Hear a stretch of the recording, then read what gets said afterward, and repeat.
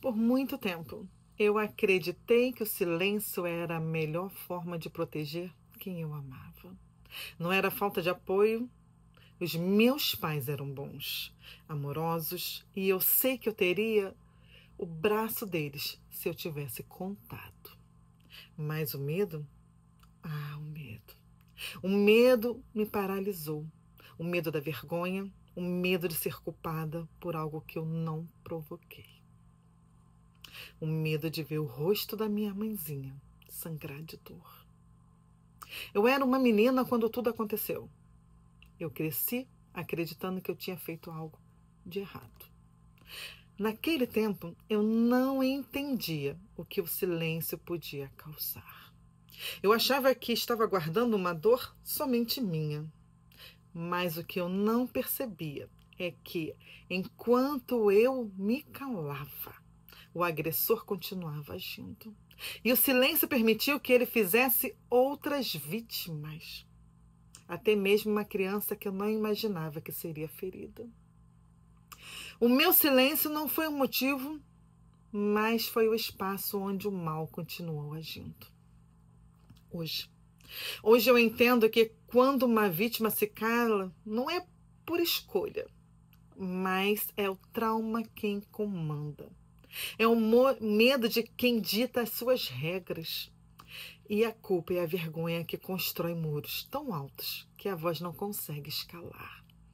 Mas agora com o conhecimento que eu tenho, com a mulher que me tornei, eu enxergo o silêncio e o alimento da violência. É esse silêncio que a gente acha que está protegendo todos ao nosso redor. O silêncio não adormece monstros. Ele lhe dá espaço e tempo para manipular, para confundir, para ferir de novo. Não é culpa de quem se cala, mas é responsabilidade de quem desperta. Hoje, eu sei que a minha voz tem poder. Quando eu falo, não falo apenas de mim. Eu falo por todas as pessoas que não conseguem, por todas que ainda têm medo e por todas que um dia podem ser salvas por alguém que finalmente disse: basta. Não é fácil. Falar dói, mas calar custa muito mais caro. Eu não posso mais permitir que o meu silêncio produza outras vítimas. Essa mensagem eu coloquei no Facebook e no Instagram. Essa mensagem, ela fala sobre mim, sobre todos os abusos que eu vivi. E quando a gente vive esses abusos, a gente acha que é somente a gente que está vivendo aquele inferno naquele momento. Que aquele abusador nos escolheu a dedo e ele só faz isso conosco. Infelizmente, a maioria dos abusadores, eles não são assim. Eles têm diversas e diversas vítimas. Eu me calei, sim. Eu me calei porque os abusos na minha cabeça, eles começaram depois de uma permissão minha. E nesses pensamentos que eu permiti lá no início, eu continuei calada. Porque eu não entendia que criança não faz sexo. Eu não entendia que a criança, por mais que pareça que ela deseja aquilo, na verdade ela não sabe o que ela está fazendo. É igual como eu falo, meu livro chegou. Não ele à venda, mas o boneco dele para que eu possa fazer a avaliação. E nesse livro aqui eu conto toda essa história. E nesse livro eu falo que quando a criança ela permite alguns abusos, é porque ela não sabe. Aquela criança que olha para um lado, olha para o outro, e mesmo assim coloca o dedinho dela lá na tomada, sem saber que aquele simples gesto pode tirar a sua vida. Ou aquela criança que coloca as coisas no ouvido, no nariz. A criança não sabe de verdade aquilo que está fazendo, por mais que pareça que ela consente. E nesse período, eu não sabia. Talvez começou mais atrás ainda. Quando eu tive relação sexual, sim, aos meus 3, 4 anos, com o meu priminho, que era da mesma idade. Mais uma vez, eu falo sobre isso aqui. Criança não faz. Se a criança está fazendo, é porque ela está sendo abusada. Um ou outro está sendo abusado. E a criança ela só está reproduzindo na outra criança. Ou ela está propriamente dita sendo estúpida, ou ela está sendo exposta a atos sexuais. Então a criança ela não faz. Eu não lembro como diversas e diversas pessoas, eu só lembro apenas de relance, de flashes de apenas um episódio. Mas eu lembro que os adultos ao redor ficavam falando: ah, são namoradinhos, são priminhos, que eles vão casar. Ah, são priminhos. Oh, e na nossa cabeça a gente era casado. Então eu não lembro se eu ou ele, quem era que estava sendo exposto ou propriamente dito sendo abusado. Mas aqueles abusos acabaram. Não sei como, nem quando começou. Mas abriu porta, brecha, para que de verdade aqueles abusos sexuais que eu fosse passar. Então, quando, digamos aqui, o tio B começou, eu achei que fosse a mesma coisa que eu estava fazendo com meu priminho, que era da mesma idade. Então, naquela época, não se ensinava a criança o toque do bem e o toque do mal. Não se ensinava a criança o que pode e o que não pode. Eu tenho 51 anos. A minha mãezinha querida, ela não falava nem sobre menstruação. Eu vinha saber por outra tia como que era, o que tinha que fazer, quais os sintomas que dava, porque aquela irritabilidade, não é? Como usar os absorventes. Minha mãezinha não falava nada disso. Quanto mais falar sobre sexualidade. E na igreja, por sua vez, também nunca foi falado. Até hoje, infelizmente, ainda é um tabu. Que eu também trago isso dentro do livro. Então, a religiosidade era muito predominante. Eu cresci numa igreja com uma religiosidade muito gritante. E aquilo tudo foi um cenário propício para abusos. Os abusos aconteceram sem eu me dar conta que eu estava sendo abusada. Na minha cabeça, eu estava sendo permissiva com tudo aquilo. Então, quando uma tia querida pegou este ato, ele era 8 anos mais velho que eu. Então, um adolescente. Uma criança com um adolescente. Em cenários naturais, passa, mais ou menos, né? Mas eu implorei para essa tia minha querida, pelo amor de Deus, não conta para o meu pai, porque o meu pai ele era maravilhoso. Porém, a educação na época era bater, bater, bater, bater e bater para educar. Então, meu pai se prevalecia disso. E eu não queria apanhar. Eu tinha muito medo de apanhar. Eu fazia de tudo para não apanhar. Eu era aquela criança que era boazinha. Aquela criança que o pai falava, a mãe falava, não vai ali na esquina, você não vai. Eu ficava chorando na cama, não ia. Fazia tudo para agradar. Então, essa tia, a querer me proteger, não contou para os meus pais. Eu agradeci muito a ela por isso. Ela também não tinha noção de quão monstruoso esse agressor ele poderia ser. Não sei se eu fui a primeira, acredito que sim, não sei. Pode ter sido outras vítimas na mão dele primeiro, não sei. Mas aconteceu assim. Depois que a minha tia pegou, ficou um tempo sem acontecer nada. Até que o meu pai construiu uma casa em cima da gente, para eles. E ao construir isso, os abusos retornaram. Só que ali eu já era mocinha, eu acho. Tem aqueles flashes de memória que eu não sei direito qual é o período que começou, que retornou. Eu acredito que seja mais ou menos nesse período. E com isso eu já sabia que era abuso sexual. Então eu não queria mais nada daquilo. A primeira vez que ele me tocou na minha cama pela madrugada, que ele trabalhava de madrugada, então eu fingi que eu estava dormindo e acordando. Ele se escondeu e saiu. Algum tempo ele foi tentando e até que ele viu que eu estava fingindo que estava dormindo. Aí não saiu mais. Ali os abusos deram início. E eu paralisada. Eu me sentia como se fosse dentro de uma carcaça. Dentro de... eu falo, dentro de uma tartaruga, assim. Eu vi o meu corpo ali, é como se o meu corpo fosse um boneco, uma marionete, aqueles bonecos de pano que você joga pra lá, pra cá, mas o boneco não reage, não faz nada. A única coisa que eu fazia era chorar. Chorar em silêncio. Eu aprendi a chorar em silêncio. E isso foi crescendo.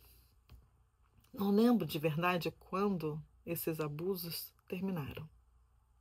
Mas eu lembro que Deus me libertou quando eu fui numa igrejinha. Isso eu não conto no livro, primeira mão.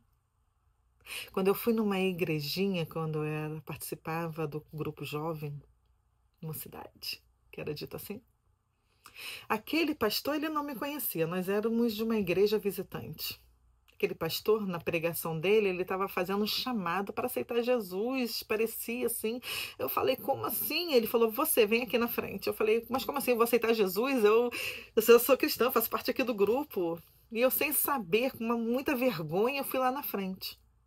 Ao chegar lá na frente, aquele pastor começou a falar coisas que só eu entendia. Começou a falar com parábolas que só eu entendia. Eu não lembro de verdade aquilo que ele falou ali naquele momento, mas era como se Deus estivesse falando para mim: a partir de hoje estou te livrando daquele monstro que te visita pela madrugada. E ali eu comecei a chorar, mas com muita vergonha. Como é que as pessoas vão saber? Será que estão entendendo? No final daquele culto eu saí. Eu senti, quando ele estava orando por mim, quando ele estava falando aquelas coisas, uma corrente arrebentando. Eu senti algo assim me livrando, de verdade. Não tem como explicar isso. Só senti isso 2 vezes na minha vida. A outra vez eu falo aqui no livro. Mas, quando eu saí, as pessoas... Por que aquele pastor chamou lá na frente? Que doideira, ele falou coisa com coisa. Eu falei, deve ser algum doido da vida. Como que eu ia falar para eles que eu estava sendo liberta de um abuso sexual que eu estava vivendo há tanto tempo? Eu não tinha voz. Ali eu fingi que não entendi nada, mas por dentro eu estava glorificando a Deus. Por dentro eu estava explodindo de alegria, porque eu sabia, eu tinha certeza absoluta que Deus estava me livrando naquele dia de todos aqueles abusos que eu estava sofrendo. Passou. Casei. Sem voz, né? Também fala aqui no livro. Não vou contar esse episódio. Mas cresci, né, depois de tudo isso, achando que nada daquilo tinha me afetado. Até que eu comecei a ter crises mais e mais dentro do casamento. Casei sem amor, casei porque eu não tinha voz, como eu falei. Não conseguia dizer para aquele homem que eu não conseguia, que eu não queria casar, nada disso. Como que eu ia falar para alguém, que eu não queria casar com ele? Foi meu primeiro namorado. E casamos, ficamos aí, foram 12 anos de convivência, 7 anos de casamento, até que eu decidi, falei, não quero mais, isso com 27 anos. Antes de casar, uma semana antes de casar, me veio um pensamento quando eu estava arrumando a casa no qual a gente iria morar, veio o pensamento de, meu Deus, será que realmente é isso? Eu sei que não é, eu sei que eu não amo, eu não quero casar, mas o que eu posso fazer? Roupa já está comprada, a festa já está programada, igreja, padrinhos, tudo. Como que eu vou dizer não? Como que eu vou voltar atrás agora de tudo isso que eu estou fazendo? No meu pensamento veio, quando eu tiver meus 27 anos eu resolvo. E aos 27 anos, realmente eu me separei. A nossa mente, ela cria essas conexões. Até então eu não sabia de nada, porque muitas conexões que hoje que eu entendo como que a minha mente fez, tudo aquilo que a minha mente agiu para que hoje eu pudesse aqui estar falando com vocês, ajudando tantas e tantas mulheres, no qual, dentro do grupo, dentro das minhas pacientes, dentro de todo o contexto, né, do nosso grupo de apoio, que a gente consegue alcançar. Mas, antes de separar, eu fiz uma carta. E essa carta, eu contava toda a minha história, tudo aquilo que eu vivi, desde lá do tio B. Desde lá atrás, desde lá do início, tudo aquilo que tinha acontecido, aquilo que estava acontecendo no meu relacionamento, mas eu não ia dar essa carta para ninguém. Eu só era uma forma de expressar a minha voz, porque eu não tinha. Então, depois que eu me separei de fato, com uns 28 anos, mais ou menos, eu não lembro quem foi que achou. Dentro da minha gaveta estavam procurando algo para eles, não sei o que foi. A gente era uma família muito unida, assim, era um prédio familiar, né? Minha mãe, minha irmã, todo mundo morava ali. Então, quando eu me separei, meus primos ficavam lá comigo. Eu falei, não vou ficar aqui em casa sozinha. Minha irmã, peguei todo mundo ficar ali em casa comigo. E elas procurando alguma coisa, não sei quem foi de verdade, que achou essa carta. E ao achar essa carta, aí foi mostrar para as outras pessoas também todos os abusos no qual eu tinha sofrido. E ao falar de todos os abusos no qual eu tinha sofrido, lembra essa mensagem que eu coloquei aqui? Silêncio. Porque quando você passa por abuso sexual, você acha que é só você que está vivendo aquilo naquele momento com aquele agressor. Mas, infelizmente, quando o agressor tem geralmente um grau de perversidade, ele não abusa somente de você. Ele faz outras vítimas. E cada vítima fica em silêncio porque ela acha que é somente ela que está sofrendo aquilo. Então, todo mundo querendo defender todo mundo, querendo resguardar todo mundo daquela monstruosidade no qual está vivendo.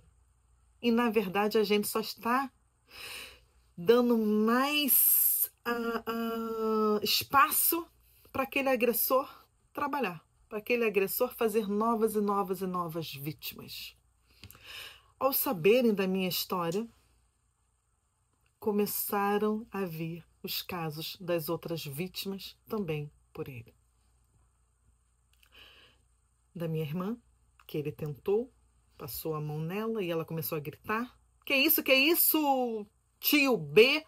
Por que você está fazendo isso? Ele começou a puxar ela para o quarto e ela gritando, me solta, até que ele soltou ela, deu umas moedas e ela saiu correndo e ele nunca mais fez isso com ela. Uma outra prima também, enquanto a esposa estava tendo neném no hospital, ele pegou ela para cuidar da filhinha dele, que estava na cama dormindo, para não ficar sozinha. E ali, ele tentou abusar dela também, só que ela foi muito esperta. Quando ele só passou a mão na barriguinha dela, ele falou: ei, fulano, eu acho que você está confundindo com a barriguinha da sua filhinha. Aqui sou eu. Aí ele: é mesmo. Então, as duas se safaram de serem abusadas, de serem mais uma vítima desse agressor. Mas, infelizmente, quando eu descobri que ele fez com meu irmão, no mesmo período que ele voltou a fazer os abusos, na minha cabeça que ali realmente começaram os abusos, no mesmo período. Meu irmão é 5 anos mais novo que eu. Ou seja, ele tinha 7. Os abusos começaram com ele também. Igual era comigo. Durou anos. E eu não sabia. Aquilo ali me destruiu. Aquilo ali me doeu muito mais do que aqueles abusos no qual eu vivi. Ali eu busquei um delegado, falei com o delegado. O delegado ia agir para fazer algo a respeito. Quando Meu irmão falou: Déia, não faz isso, por favor, não faz isso, porque ainda era o início de tudo. Eu não estava fortalecida, é porque me deu aquela raiva de ter sabido que o meu irmão também tinha sido abusado, e eu me sentia mais culpada ainda. Eu me sentia agressora do meu irmão, que na verdade nós dois éramos vítimas. Eu me sentia agressora do meu irmão porque eu fiquei calada durante tanto tempo. E o meu irmão também estava sendo abusado. Porque eu me culpabilizei por diversas vezes eu não ter fechado a porta do meu quarto e assim o agressor não entrava. Mas ao saber do meu irmão, meu querido irmão que tanto amo, aquilo ali me dilacerou de uma forma que sem precedentes. Eu me culpabilizei muito mais. Eu achei que eu era culpada do meu irmão ter sofrido todas aquelas atrocidades que ele viveu. Mas na verdade os dois eram vítimas. Eu também estava vivendo aquilo ali. E eu e ele, sem saber que um ou outro estava passando por aquilo, a gente se calava para tentar defender a família, com vergonha de tudo e de todos. Mas eu tenho certeza que se ele soubesse também que eu estava vivendo o mesmo caos que ele teria aberto a boca e contado para todo mundo, igual eu teria feito. Mas infelizmente a gente não pensa assim. Mas aos 28 anos, quando eu soube, eu busquei. Mas eu ainda não tinha percepção de tudo isso que eu tenho hoje. Claro, hoje eu sou psicanalista, neuropsicanalista, me especializei cada vez mais na clínica da abuso sexual e violência doméstica, né? Hoje eu atendo tantas e tantas pessoas que passaram por coisas que nenhuma criança deveria passar. Hoje eu tenho uma experiência que naquela época eu não tinha. Hoje eu tenho uma mentalidade que naquela época eu não tinha. Então hoje eu entendo que eu não posso me cobrar com a cabeça que eu tenho hoje. Aquilo que eu vivi lá atrás, lá no passado. Mas mesmo assim, eu me cobrei. E porque o meu irmão também ficou tão desesperado eu falar que eu ia colocar aquele homem atrás das grades. E a motivação do meu irmão pode ter sido diferente da minha. Mas eu também me escondi atrás do que ele falava. Não faz isso, por favor. Eu ainda não estava preparada para denunciar também. De todo mundo ficar sabendo que, como assim? A Andréia passou por agressão sexual. Eu não estava preparada para contar para todo mundo. Então eu me escondi atrás do meu irmão, falando: eu não faço isso porque ele não quer. Mas na verdade eu também tinha medo. Porque eu tentei contar isso para outras pessoas, inclusive aqui, depois de 40 e poucos anos, eu contava para, às vezes até pastora, que era muito minha amiga, quando eu falei que sofri abuso, que eu tentativas de suicídio, as coisas no qual eu vivi, que eu conto aqui no livro. Essa pessoa se afastou de mim, e naquele momento que eu estava contando, o semblante dela mudou. Então, todas as vezes que eu tentava contar aquilo que eu vivi, as pessoas não entendiam. Como que? Ok, quando você era criança, mas como que você continuou sendo até os 17, 18 anos? Nem eu entendia. Hoje eu entendo. Hoje eu explico ali no livro por quê. Que as vítimas continuam sendo abusadas, mesmo depois das tidas adultas. Mas nesse momento eu ainda não entendia. E os anos foram se passando. Aprendi através da psicanálise a me ver de forma diferente, a me perdoar, a me acolher, a entender todo aquele processo no qual tinha acontecido comigo, a entender que o abusador nunca foi eu sempre fui a vítima. Todas as pessoas no qual ele tentou, ele fez, são as vítimas. E fora outras pessoas que a gente ficou sabendo também dentro do nosso meio. Mas algumas pessoas, sabendo dessa minha história, falou: faz um livro, conta a sua história. E eu comecei a fazer diversos e diversos esboços de contando a minha história. Porém, nunca dei andamento a nada. Até que uma querida, que é dona de uma revista, ela falou: se você tem um livro, que você publicou um livro, traz ele aqui, vamos fazer a divulgação desse livro. Aí nasceu ali, de novo, Falei, chegou a hora. Vou começar a fazer o livro. A princípio, eu não ia falar sobre mim no livro. Eu ia falar sobre a criança interior, eu ia refazer um caderno terapêutico que eu fiz lá atrás, em 2023, quando meu esposo teve câncer. Eu achava que aquele livro ali estava maravilhoso. E ao ler ele hoje, com o conhecimento que eu tenho, eu fico até com vergonha. Mas, enfim, comecei a refazer um livro, que na minha cabeça eu ia refazer aquele que eu tinha feito. Mas Deus me levou para outros caminhos no qual eu não imaginava. Eu comecei a colocar a minha história. E ao começar a colocar a minha história, Deus me acordava 4, 5 horas da manhã que eu comecei a escrever este livro. Foi 4, 5 horas da manhã. Muita oração, muito choro. Um choro que eu não sabia de onde que vinha. Aquele choro de soluçar. Como assim? Eu estou escrevendo isso aqui. Por que eu estou chorando desse jeito?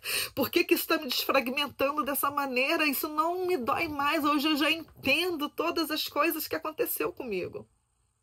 Mas mesmo assim, ao fazer esse livro, foi uma entrega tão grande, tão grande, tão grande. E Deus me impulsionou. Que eu tenho certeza que esse livro vai ser cura. Cura na vida de tantas pessoas que, assim como eu, passaram uma vida inteira de dor. Aprisionada daquilo que o outro fez com ela. Eu sabia que esse livro ia fazer um rebuliço. Mas eu não esperava o rebuliço que esse livro fez. O impacto que esse livro fez.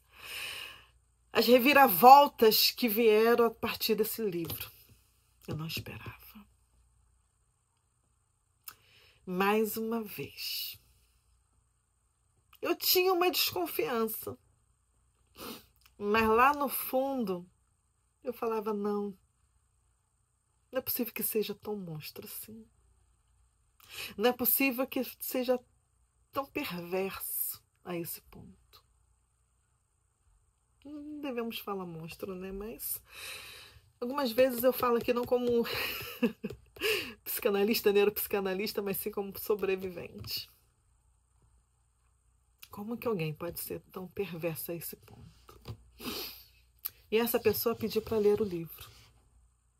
E ao ler o livro, ela teve finalmente, que ela só contou isso para 2 pessoas na vida. Para a psicóloga e para o esposo. Ela teve finalmente a força que faltava. Não coragem, não é falta de coragem, mas sim a força que faltava para falar. Porque quando a gente fala, igual o Freud, não é? A psicanálise é do talking cure. Porque a cura pela palavra não é mais somente falar, porque senão os tagarelas não teriam dores nenhuma. Mas é o falar, entender aquilo que está falando, elaborar aquilo que você está falando, é puxar toda aquela mazela, é tudo aquilo que ficou recalcado, tudo aquilo que você não quis mostrar, que não quis nem olhar, porque dói demais, é trazer à existência aquilo e dar um novo sentido, não é apagar a dor, porque infelizmente nós não temos como voltar ao passado e refazê-lo, mas temos o poder de dar um novo sentido a tudo aquilo que a gente viveu. Então, quando ela conseguiu falar, ela falou, Déia, parece que saiu um trator de cima de mim, aquele peso gigante que me paralisava, parece que saiu de cima de mim, quando ela conseguiu falar. E se esse livro, a única pessoa que fosse alcançada fosse ela, já estaria valendo. Mas eu sei que não. Várias e várias outras pessoas já chegaram para mim e falaram, esse livro tem mudado a minha vida. Eu falo, não é esse livro, é o Deus que está nesse livro. Porque aqui eu não falo sobre religiosidade. Religiosidade quase tirou a minha vida, conta aqui. Aqui é Deus puro. Aqui é o amor de Deus em forma de escrita. Então, quando essa pessoa falou para mim, Déia, aos 13, eu acho que foi 13, 12, fica naqueles flashes de memória. Começou comigo. E quando ela fala isso, me veio. Opa, sou 15 anos mais velho que ela, então comecei a fazer as contas. Foi lá, quando todo mundo descobriu. Aos 28 anos. Quando tudo aquilo que aconteceu comigo me calou, eu não choro por mim. Isso, o que ele fez comigo, não me dói mais. Mas o meu silêncio naquele momento que ela falou, aquela culpa que sempre me cercou, que sempre me acompanhou, que me calou por tanto tempo, veio de novo. Eu me senti culpada por ela estar sendo abusada. Como assim? Pelo próprio pai. E eu pensei, se eu tivesse dado continuidade naquilo, talvez teria evitado a dor que ela teve. Mas essa culpa não cabe a mim. Eu também ainda ali estava fragilizada. Eu ainda não sabia o que era, como sair daquilo tudo, o que era enfrentar aquilo tudo, eu não sabia. E eu achava que ele tinha feito comigo. Tentou ali, mas eu não entendi a dimensão de quando a gente vê os modus operandi que tentou com tantas pessoas, significa que ele não é um agressor comum. Né? Porque quando ele tenta com tantas e tantas pessoas, quando ele é um perverso sexual reincidente, significa que ele não para por ali. Então aquilo ali me trouxe aquela dor de novo, igual foi com meu irmão. Por isso, não me calo mais. Se tiver que levantar a bandeira, sou a primeira da frente. A minha voz vai sempre gritar: basta, chega. Daqui em diante você não abusa mais. Que depender de mim, não mais. Conversei bastante com ela. Conversar com a sua mãe também, pude ver o quanto que ela sofreu. Violência psicológica, violência doméstica. E a gente não sabia. Ninguém sabia de ninguém. Nem ela sabia que ela vivia isso. Hoje, ao conversar comigo, que ela pôde entender que ela vivia uma violência doméstica. Então, não é sobre mim, não é sobre você, é sobre nós. Todas as vezes que a gente cala,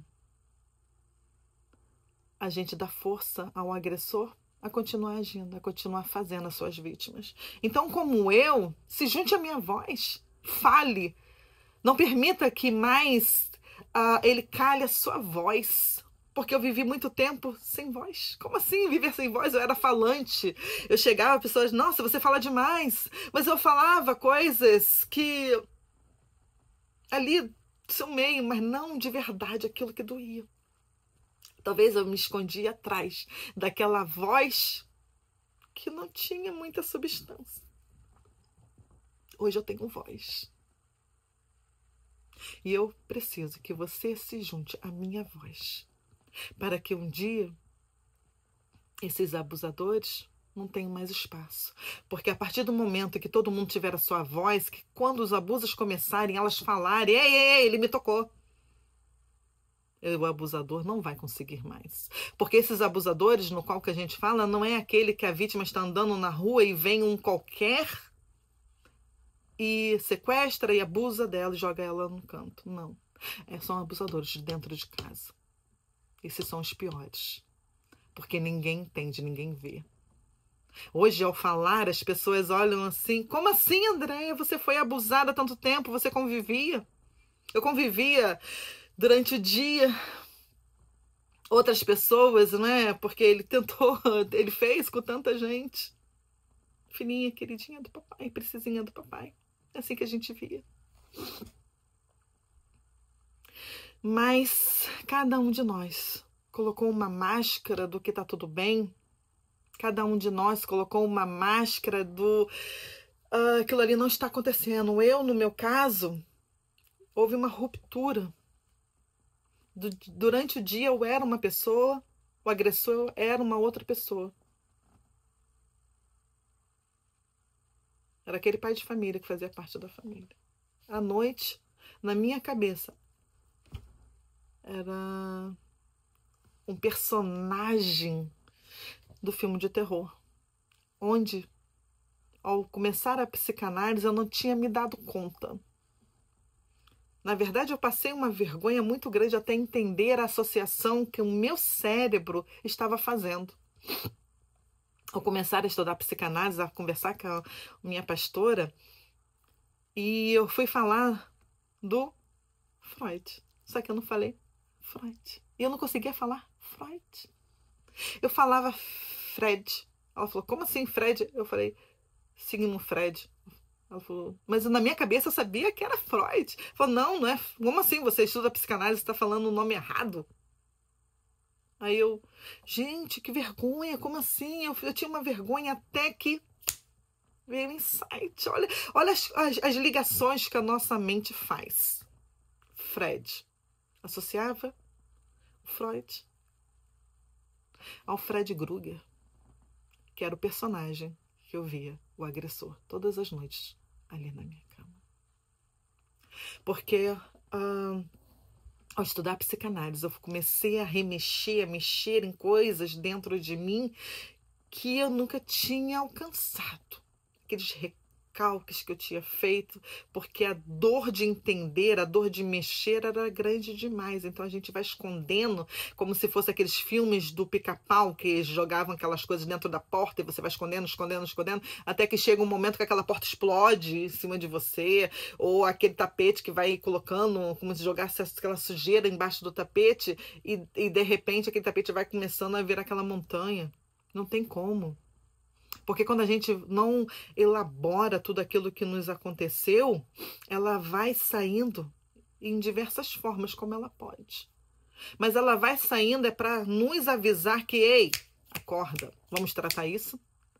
Porque se você não tratar, você vai cada vez ficando pior. E você não se dá conta que aquilo ali é por conta dos abusos que você sofreu. Às vezes você está com fibromialgia e você não sabe que é por causa dos abusos. Às vezes você está com reumatite, artrite reumatoide. Reumatite. É isso? Artrite reumatoide mesmo, né? Errei o nome. Lúpus. E diversas outras doenças que no qual os traumas a intensificam ou possibilitam o surgimento de todos eles. Então, ao você fazer essa elaboração de si mesma, ao você entender todo esse processo, a você não se calar mais, não ter vergonha, porque você não é culpada. Dentro desse livro eu falo muitas e muitas e muitas vezes, porque aqui eu estou falando para mentes que ditas que não são normais, e realmente nós não somos. Mentes que aprendeu a se esconder, mente que aprendeu a não falar para não magoar, a se quebrar, a se esconder por dentro. Então aqui eu falo diversas e diversas vezes que você não tem culpa. O abusador é ele. Porque da mesma forma que a neuroplasticidade, eu conto também, explica um pouquinho, ela age na sua mente por repetições e ela aprendeu através das repetições dos abusos a se esconder, a fazer tantas coisas, né? A representação neural que você tem, às vezes num toque bom do seu esposo, e a tua mente entende como aquilo ali como perigoso. Então, você vai aprendendo a mudar, você vai aprendendo a viver, porque até hoje você só aprendeu a sobreviver, todo mal, todo lixo que jogaram em você. Então esse livro é um convite para a vida. Aqui eu trago exercícios também de imersão. Então, cada exercício, ele tem um texto, sim, para que você possa entender aquilo que você está fazendo. Esse livro não é um livro comum, um gibi, que você vai folheando e vai lendo, não. Nem leia, nem comece. Esse livro é para você parar e olhar para dentro de você. É um cuidado com você. É para que você possa, de verdade, entender todas as mazelas no qual você viveu. É um convite para a vida. Mais uma vez, um convite para a vida. Na minha igreja, eles colocaram "Vem para a vida". Eu achei tão lindo. Eu coloquei isso aqui. Na minha história, vem para a vida. Por isso que ele foi criado. Por isso que Deus me impulsionou.